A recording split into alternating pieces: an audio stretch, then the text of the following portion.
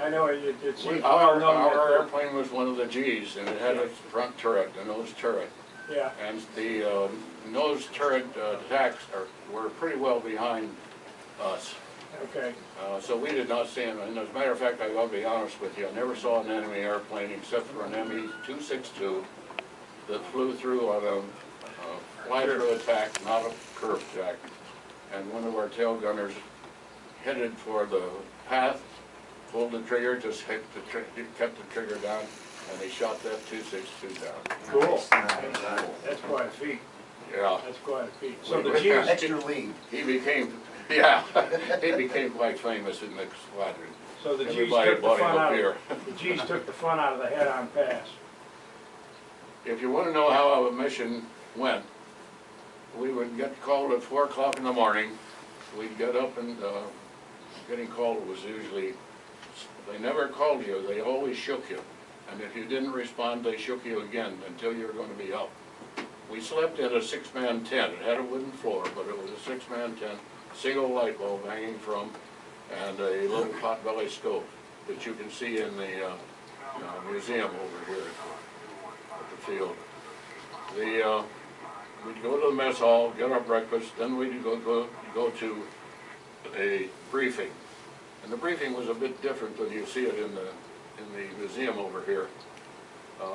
We sat on benches. Benches were long enough that all 9 of us in the crew would be on the same bench.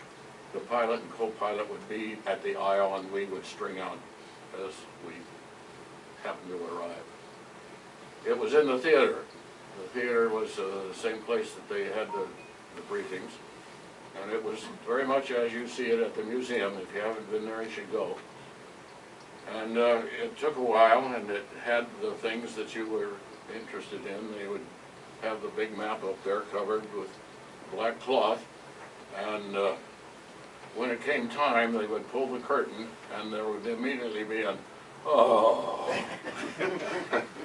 Because most of the pilots had been on enough of those missions that they knew when they were going to Regensburg or one of the other major bombing sites that it was going to be tough because it would be a lot of flak and possibly a fighter cover.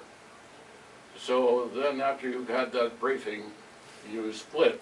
The pilots went to another briefing, the navigators went to another briefing, the bombardier did too, and he got his.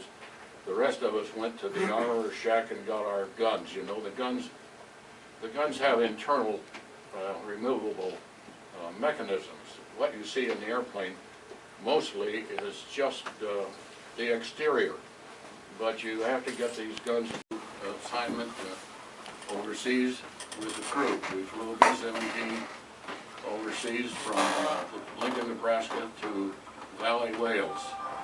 We left Valley, Wales, and we were assigned to a squadron and a group, and the group was the 384th, and the squadron was the 547th.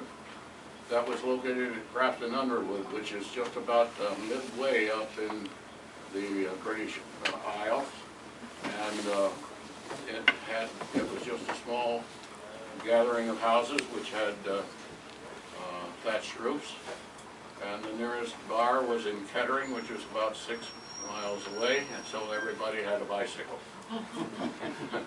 And if they didn't have a bicycle, they took one there.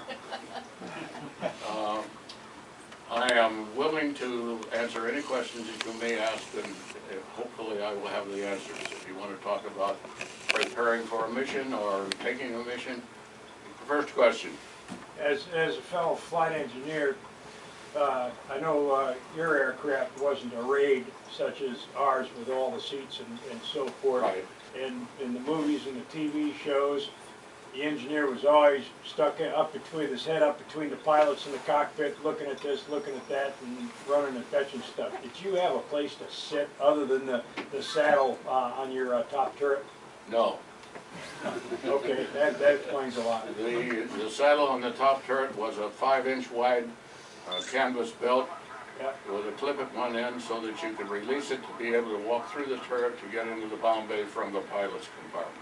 Ah, okay, and that was how you made ingress and egress. So you had nowhere to sit other than on the floor. That's right. And you probably didn't have much time to sit in any case. Oh, we had a lot of time to sit. Yeah. As a matter of fact, They told us that we were to keep that turret moving at all times because an opponent seeing a turret that was not moving was going to make him fair game.